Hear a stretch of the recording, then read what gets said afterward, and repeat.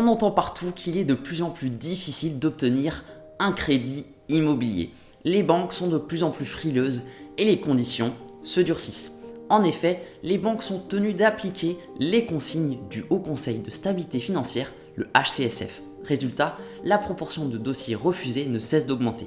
Mais heureusement pour toi, obtenir un financement dans le contexte actuel n'est pas impossible. Et je te dévoile dans cette vidéo toutes mes astuces pour faire partie des meilleurs profils. Applique ces conseils et tu mettras toutes tes chances de ton côté.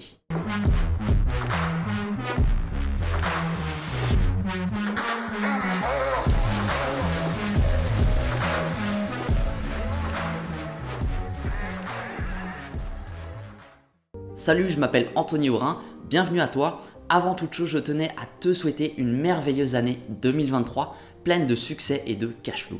Si tu veux faire partie des meilleurs clients aux yeux de la banque, il est très important de comprendre sur quels critères la banque se base pour décider si elle accorde un crédit ou non. Pour cela, la notion de scoring bancaire ne doit pas avoir de secret pour toi. Il s'agit tout simplement d'un système de notation utilisé par les banques. Plus tu remplis un certain nombre de critères, plus ta note sera bonne et plus tu auras de chances d'obtenir un financement. Alors qu'est-ce qui se cache derrière ces critères? Pour avoir la note parfaite, il faut épargner de l'argent tous les mois, avoir des comptes sans dépenses inutiles, donc c'est-à-dire ne pas vivre au-dessus de ses moyens, pas de paris sportifs ou de Française des Jeux, avoir un bon salaire, pas de découvert, avoir un reste à vivre suffisant, avoir un CDI, mettre un apport dans son investissement, une durée de prêt courte et un endettement pas trop élevé. Je préfère te rassurer, ce n'est pas dramatique si tu ne remplis pas tous ces critères. Sur mes 2 premiers investissements, je n'ai pas mis d'apport et j'ai emprunté sur 20 ans et cela ne m'a pas empêché d'obtenir mes financements.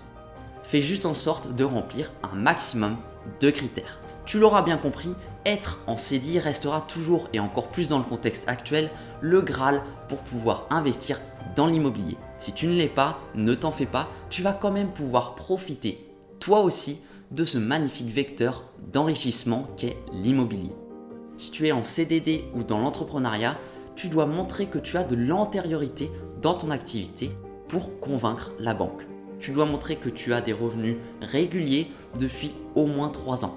Une banque va souvent demander les 3 derniers bilans positifs à un entrepreneur pour étudier son dossier.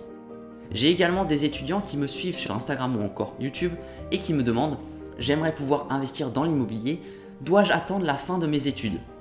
Ma réponse est aussi valable pour les entrepreneurs. Vous pouvez investir en vous associant à des personnes qui ont une meilleure situation que vous aux yeux de la banque. Cela impliquera bien souvent la création d'une SCI, Société Civile Immobilière. Aujourd'hui, si tu n'es pas propriétaire de ta résidence principale, il est quasiment obligatoire d'avoir minimum 10 000 € d'épargne disponible sur tes comptes. En dessous, une majorité de banques ne va même pas étudier ton dossier. Cette somme est importante pour pouvoir réagir sereinement en cas d'imprévu, un ravalement de façade par exemple.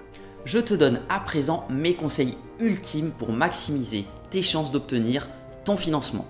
Premier conseil, réduire ton endettement. Assainis tes dettes et équilibre tes finances pour mettre toutes les chances de ton côté avant de demander un prêt immobilier. Si tu as des crédits à la consommation en cours, rembourse-les si tu peux car ils pèsent sur l'endettement et diminuent fortement la capacité d'emprunt. Deuxième conseil, investis en société.